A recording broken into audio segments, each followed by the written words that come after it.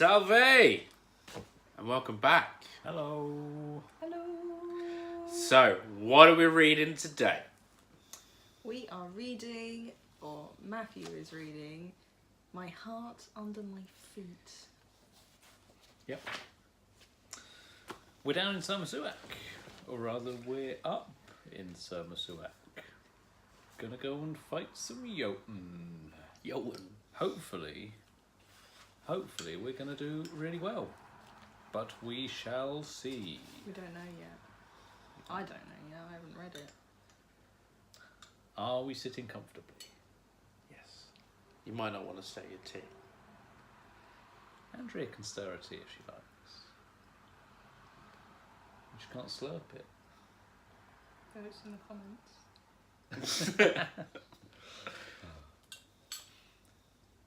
My heart under my feet.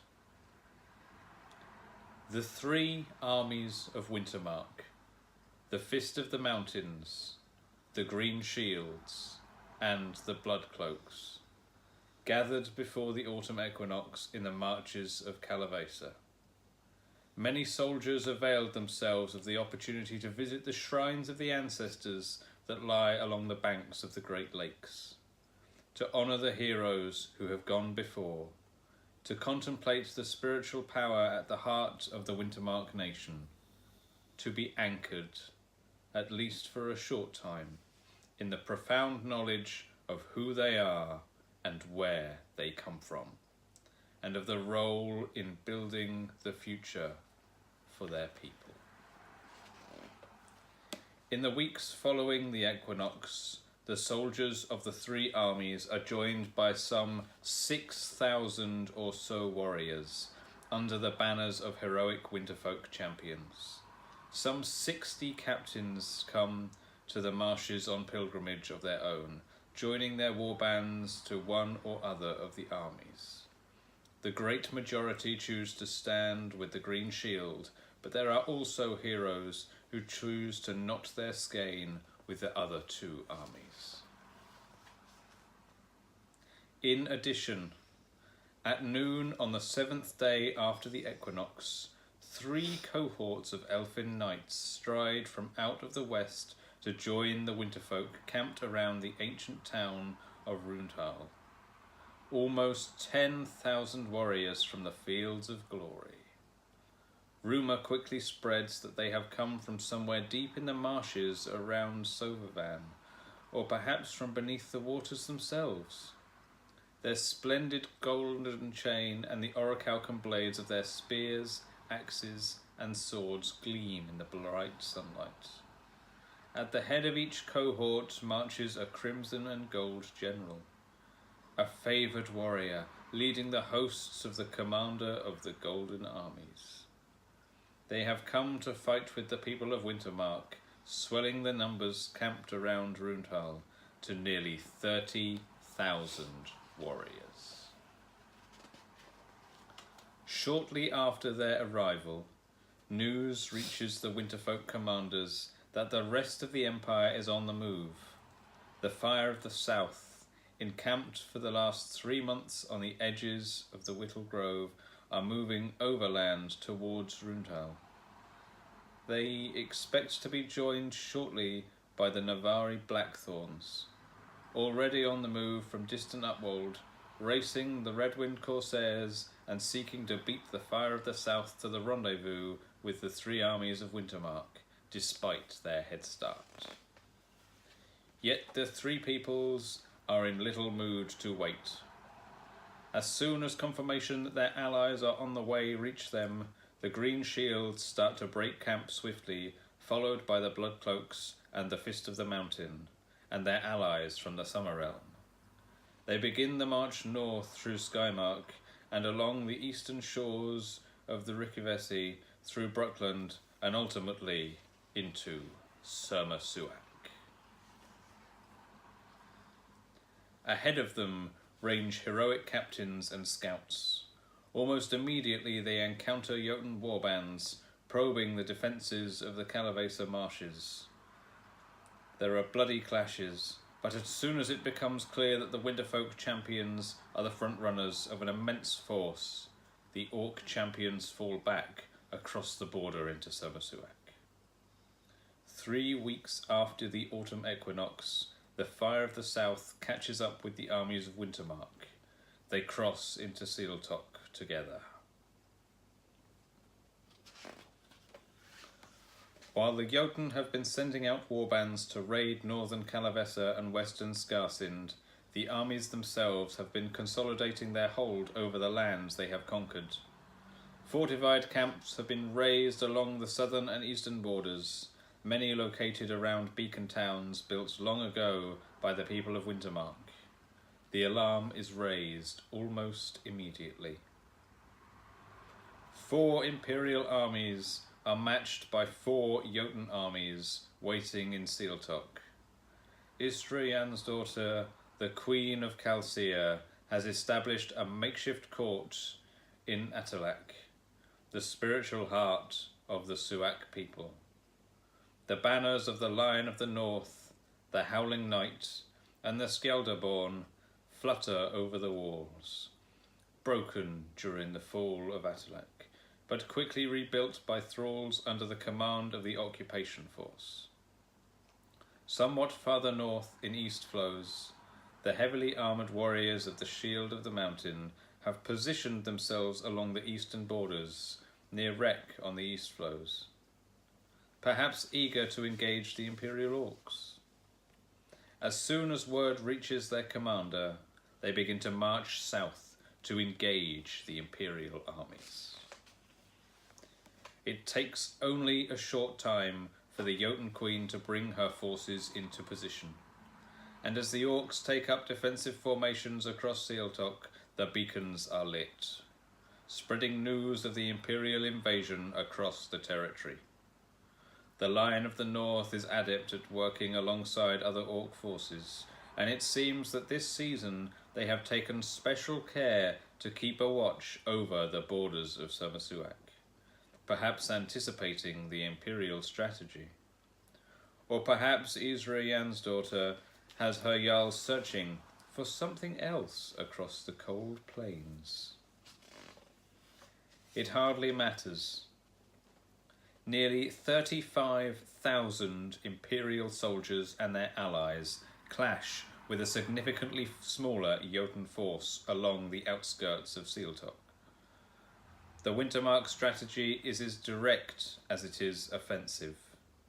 Engage the Orcs directly and drive them out of Sealtock. The Orcs, for their part, fight cautiously, defensively, but their hastily constructed fortifications are quickly overrun by the fury of the Wintermark advance. Blood is spilled on the tundra, but significantly less blood than might have been expected. As in the previous season, the waters of Somersuak, like many lakes and streams and rivers, thrum with life.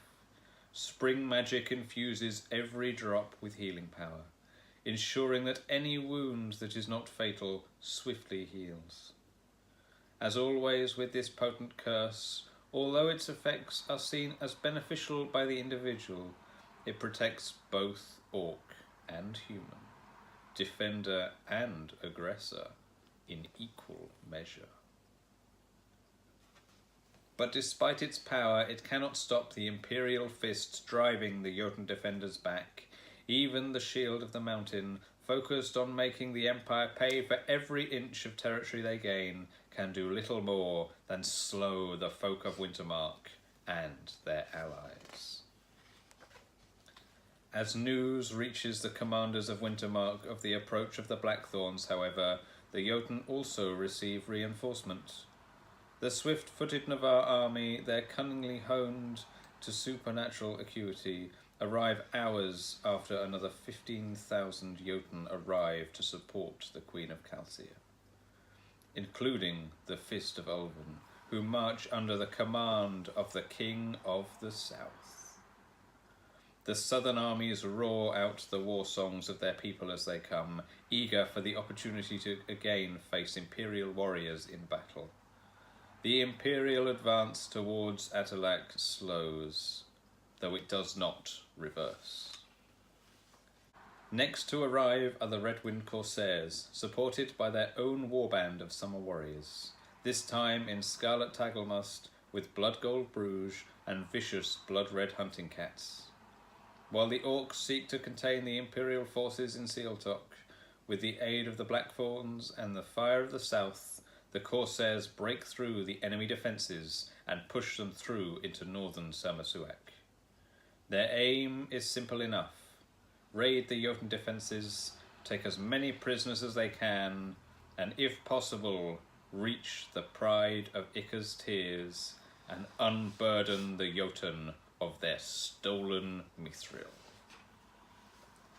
Finally, the Winter Sun, the Bounders, and the Tusks join the invasion. The former two armies, like the Blackthorns, have been granted supernatural clarity and join forces swiftly with the Navarre to survey the battlefield and devise a responsive, effective strategy for overwhelming the Jotun. Where the armies of Wintermark seek out the Jotun at every opportunity, seeking to overwhelm them entirely, where the Corsairs raid deep into Eritrea territory, the rest of the Imperial force has chosen a more conservative strategy, looking to minimize casualties, something made easier by the spring magic that sparkles in the waters of Sermasuak. Not so the Tusks. The disciplined soldiers of the 4th Marcher Army join with their northern neighbours in seeking out every opportunity to overwhelm the Jotun. With them fight 1,500 hulking ogre-like beasts in lion's head tabards, bearing great iron-shod hammers, each one more than a match for any 2 orc warriors. For all their size and rough features, they are no wild beasts. Rather, they are courageous warriors led by a gigantic knight commander nearly 3 times the height of the stoutest soldier among the Tusks. On the long trek from Astolat, they have learned a number of marching songs and join their booming voices to those of their similar allies as the battle rages. Yet, for each Imperial army that fights in Sermasuak, it seems the Jotun have an army of their own, perhaps more. Back and forth the battle lines, ebbing and flowing like waves beating against the shore. At one point it seems the Jotun will manage to hold the Imperial advance, but over the course of 3 days of almost continuous fighting, the Orcs are forced to withdraw. Step by agonizing step, they are forced to retreat north and west toward Atalak. The fighting is brutal, fierce, bloody. In spite of healing magic, 3,000 Imperial soldiers fall and do not rise again, or are left unable to continue to fight. In contrast, the defensive strategy of the Jotun means they have lost perhaps 2,000 warriors, but in the process they have lost almost all of Atalak. With the Winterfolk leading the way, the fighting is at least less savage than it might have been. Quarter is given. As night falls, the dead and the dying are removed from the field of battle rather than being left to rot in the sun. Even the Navarre of the Blackthorns fight with something resembling honour. This respect to the enemy is noted and reciprocated. 3 significant factors have made all the difference here.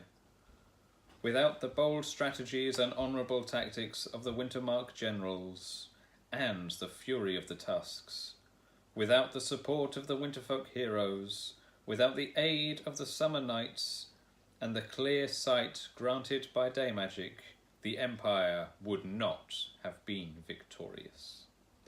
Without any one of those 3 critical factors, the Empire would have significantly fewer gains here.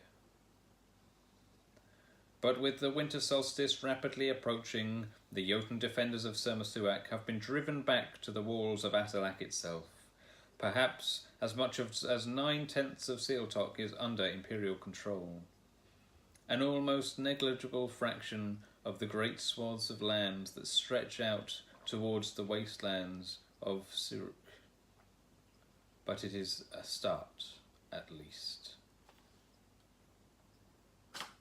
There are 3 other factors that might influence the campaign in Sermasuak. The scouts of the Redwind Corsairs are no match for the unconquered of the 7th Wave when it comes to learning the plans of their enemies. But their daring strategy of capturing the enemy rather than simply killing them does provide additional intelligence and interest to the commanders of the Imperial armies. Last season, after the Empire abandoned Sermasuak, the dead rose to attack the living. The Jotun and many of the Suak left behind believed the Empire withdrew specifically so they could unleash unholy curses on the territory and on their own people. It is not so much that this has further scoured the Orcs' opinion of the Empire, as that it has left several halls in Sermasuak questioning whether they still wish to be part of the Empire at all. Perhaps this goes some way to explain how, among the scouts of the Queen of Calcea, there are a handful of Suak who have taken the choice and chosen to be Jotun. It is easy to paint them as traitors to their people, their nation, and their empire. When one is captured alive, however, in the hours before her execution, she speaks in stoically about her decision, about the decision of her comrades. She has lost faith in the Empire, and she is not the only one. She would rather be Jotun than continue to live among people who use withering curses against the weak and defenceless, then try to justify their actions with sophistry, who would place expediency above the heroic ideals of the people of Wintermark. She is tried and executed, and goes to her death without flinching. She does not fear the labyrinth, nor the judgment of her ancestors. These turncoats are not plentiful, surely no more than a few score or so across the entire territory, but they perhaps provide a warning of the real threat the Jotun pose. Given 3 decades, 30 years ruling Sermasuak such as they had in the Mournwald, who can say how many young winterfolk might grow up feeling they have more in common with their orc conquerors than their cousins in the south? But the use of dark and indiscriminate magic, something the Jotun have perhaps come to expect from the Empire, is as nothing next to the fury of the Queen of Calcea and her Jarls feel about an unforgivable crime that has been committed by Imperial agents. To the west of Sermasuak, outside the borders of the territories, there once stood a low stone worn by the elements. It stood by itself in a wooded glade, weather-beaten and relatively unremarkable. It represented a place of truce, where the northern Jotun and the Winterfolk could meet without fear of violence. Neutral ground, claimed by neither human or orc as part of their nation. During the autumn equinox, cowardly assassins struck at the stone, destroying it and slaughtering the orcs who camped nearby. This, more than any disrespect shown to the heroic dead, has left Isra Yansdaughter in the grip of cold fury.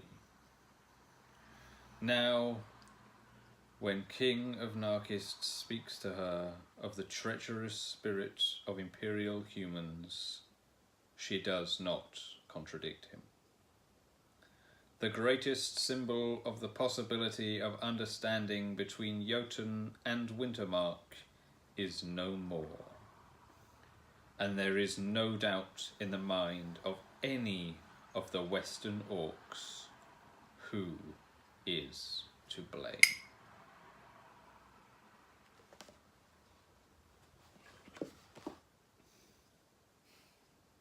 Blood on the Tundra, that was a good one. We were doing so well. We were doing really well. Well, we've still got one more. So we still can find some stuff out. But you will need to find more stuff out by going to the games information part of this. So this was just the story fluff. The link is going to be below, as it has been with every other video. So please go and have a look at that. And we should have the next video out shortly. Yes. All right. See you in the next one. Bye. Stay on the line again.